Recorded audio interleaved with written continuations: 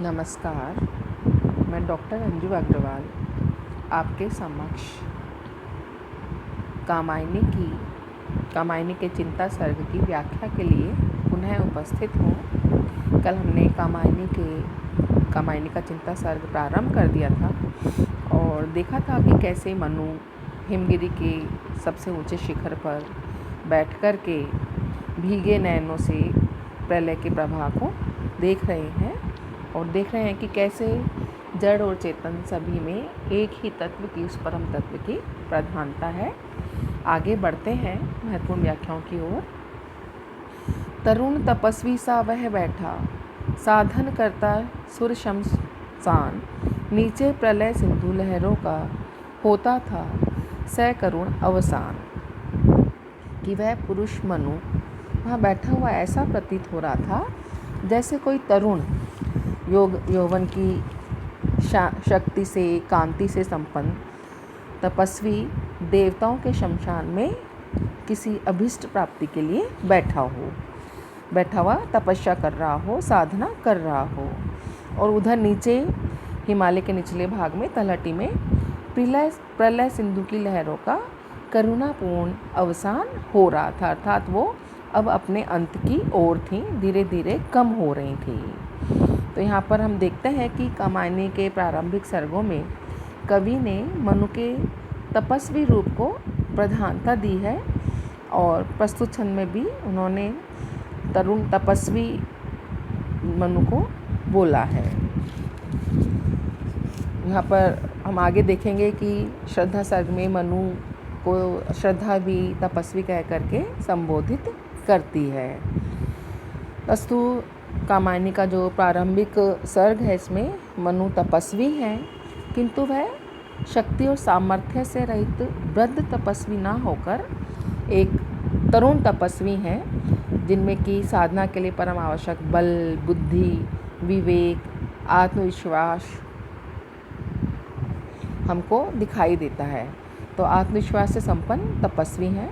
वस्तुतः हम ये कह सकते हैं कि इस तरुण तपस्वी में हमें एक ऐसे महामानव के दर्शन होते हैं जो भयंकर विद्युत नर्तन, तूफान, पर्वत कंपन एवं प्रतिकूल परिस्थितियों के विषमतम संघर्ष में से बच निकला है और जो प्रकृति एवं परिस्थितियों की भयंकरता के मध्य भी साहस, उत्साह तथा आत्मविश्वास पूर्वक जीवन यात्रा करने के लिए कृत संकल्प है।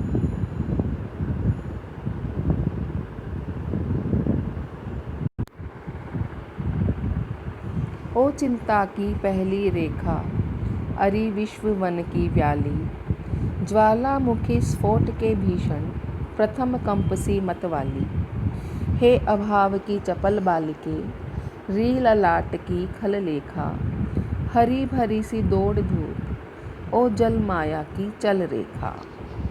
यहाँ पर प्रलय द्वारा जो सर्वनाश हुआ है, उस सर्वनाश के उपरांत एकाकी मनु के हृदय में सर्वप्रथम स्वभावतः ही चिंता नामक भाव का उदय होता है। अतः अपने इसी भाव को स्वगत कथन के रूप में संबोधित करके मनु अपनी जिज्ञासा से अनेक प्रश्न करते हुए कहते हैं कि अरे चिंता की पहली रेखा, तो इस संसार रूपी वन की व्याली अर्थात सर्पिणी है, जो इस विश्व वन में वास करने वाले सभी मनुष्य को डस कर उनमें घातक विष का संचार करती है।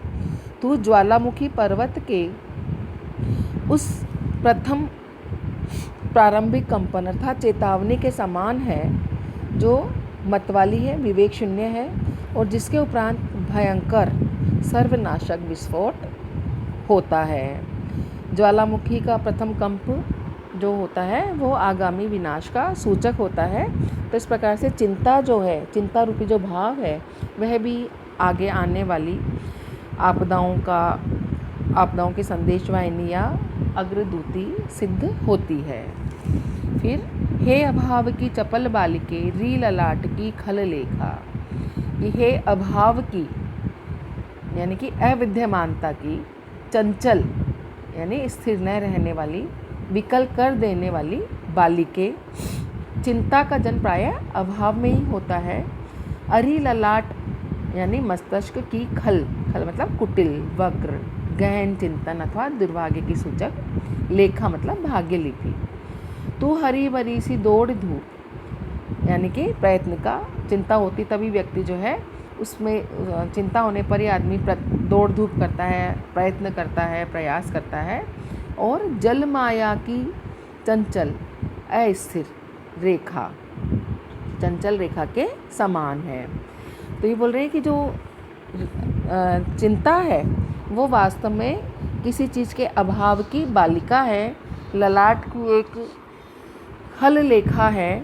और यही ऐसी चिंता रूपी जो भाव है यही मनुष्य को दौड़ धूप करवाती है, कोई ना कोई कार्य करने के लिए प्रयत्न करवाती है। और इस प्रकार से यह जल माया की एक जल लेखा, एक अस्थिर रेखा है।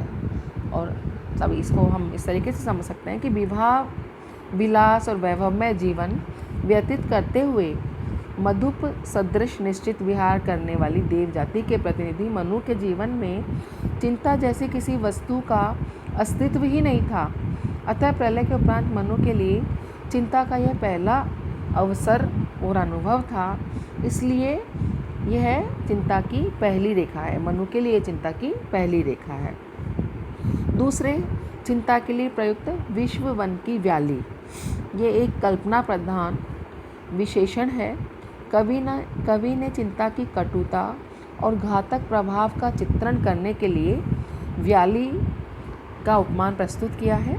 जिस प्रकार वन में व्याली की स्थिति वन प्रदेश के सौंदर्य को विषाक्त और विभीषिकापूर्ण बना देती है, उसी प्रकार चिंता की उपस्थिति से भी मन में एक अव्यक्त और अवांछनीय विभीषिका जो है वो उत्पन्न होती है।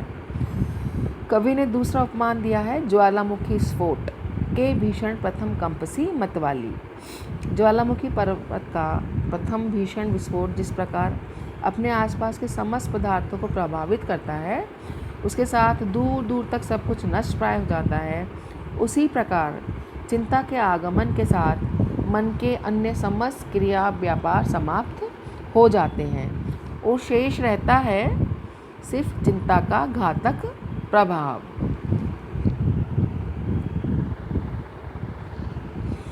चिंता को अभाव की चपल बालिका कहा है प्रसाद ने। तो अभिष्ट वस्तु का अभाव हमारे मन में उसकी प्राप्ति की आकांक्षा उत्पन्न करके हमें अधिकाधिक चिंतातुर बना देता है। चिंता का उदय होते ही माथे पर वक्र रेखाएं उदित हो जाती हैं और ये वक्र रेखाएं दुर्भाग्य की कुटिल लिपि अथवा टेढ़ी मेढ़ी लकीरों जैसी जान पड़ती है। कवि ने यहाँ उनके लिए खल या दुष्टतापूर्ण विशेषण का प्रयोग किया है, जो बड़ा ही प्रसंगानुकूल एवं सार्थक लगता है। और नेक्स्ट, चिंता को हरी भरी सी दौड़ धूप कहने में कवि का अभिप्राय यह जान पड़ता है कि चिंता का उदय होने पर मनुष्य चिंता मुक्ति अथवा सुख प्राप्ति के मिथ्या विश्वास से प्रेरित होकर प्रयत्न अथवा दौड़ धूप करता है। उस प्रयत्न के पीछे सुख की आशा अथवा जीवन की हरियाली का भाव भी अवश्य छिपा रहता है। उस प्रयत्न में सफलता की आशा और आशा में उत्साह की प्रेरणा हमें दिखाई देती है। तो चिंता का जो अदम्य वेग है मनु के हृदय में, वो अदम्य वेग जो कि मनु को व्यथित कर रहा है, उस व्यथित करते हुए वेग से मनु निकलना चाहते हैं हरी भरी दौड़ धूप सी करके। जल माया की चल रेखा कहकर कवि ने उपर्युक्त भाव को और भी स्पष्ट एवं पुष्ट कर दिया है कि जिस प्रकार मरु प्रदेश में जल की आकांक्षा से बालू को ही मतलब मिट्टी को ही जल समझकर मृग जो है भटकता रहता है, उस प्रकार चिंता रूपी तरंगों में फंसा हुआ मानव इस मायात्मक संसार में भटकता रहता है। चिंता को चंचल तरंग और इस मायात्मक विश्व को भ्रामक जल मानकर कवि ने यह सादृश्य उपस्थित किया है। नेक्स्ट, चिंता नामक जो भाव है उसको मूर्त रूप देने में कवि ने लक्षणा शक्ति का आश्रय लिया है, जिससे भाव सुग्राह्य होकर हृदय के साथ अपना रागात्मक संबंध स्थापित कर लेते हैं। यहाँ पर हम देखते हैं कि भाषा की शक्ति और कल्पना का अद्भुत संगम प्रसाद ने खड़ा किया है। प्रसाद जो है वो भाव चित्रों के माध्यम से चिंता का उन्होंने बड़ा ही सुंदर चित्रण किया है। पाठक के सम्मुख उन्होंने अमूर्त भाव को भी मूर्त कर दिया है। बिल्कुल प्रसाद जी ने चिंता नामक मनोभावना को चिंता सर्ग में विभाव अथवा वस्तु रूप में हमारे समक्ष प्रदर्शित किया है।